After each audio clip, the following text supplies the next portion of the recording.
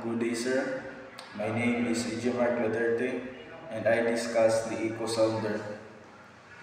An eco sounder, also known as deep sounder, it's a vital piece of equipment on the ship used to measure the depth of beneath the keel.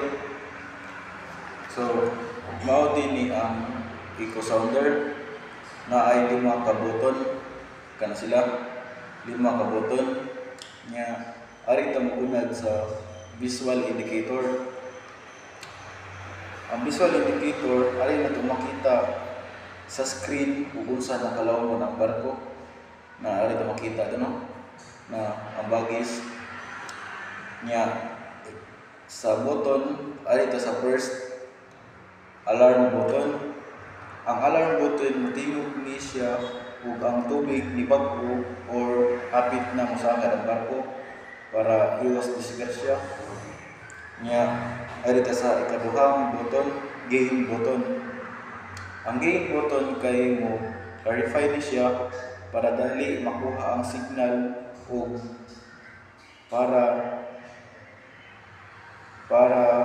mahibawan nato kung saan nakalawon ang barko nya ari ta sa ikatulong button, ang mark button. Ang mark button kay ang gamit niya para magmarka sa usa ka lugar ug low tide ba na o high tide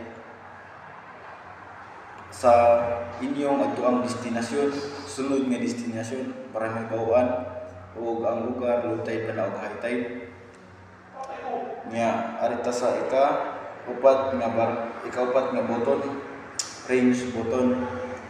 Ang range button ari na mahibaw-an ug unsa kalawmon gunad sa keel to seabed no nya last nga button ang power button.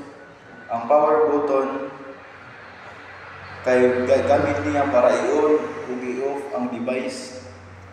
So mao na to no. Thank you.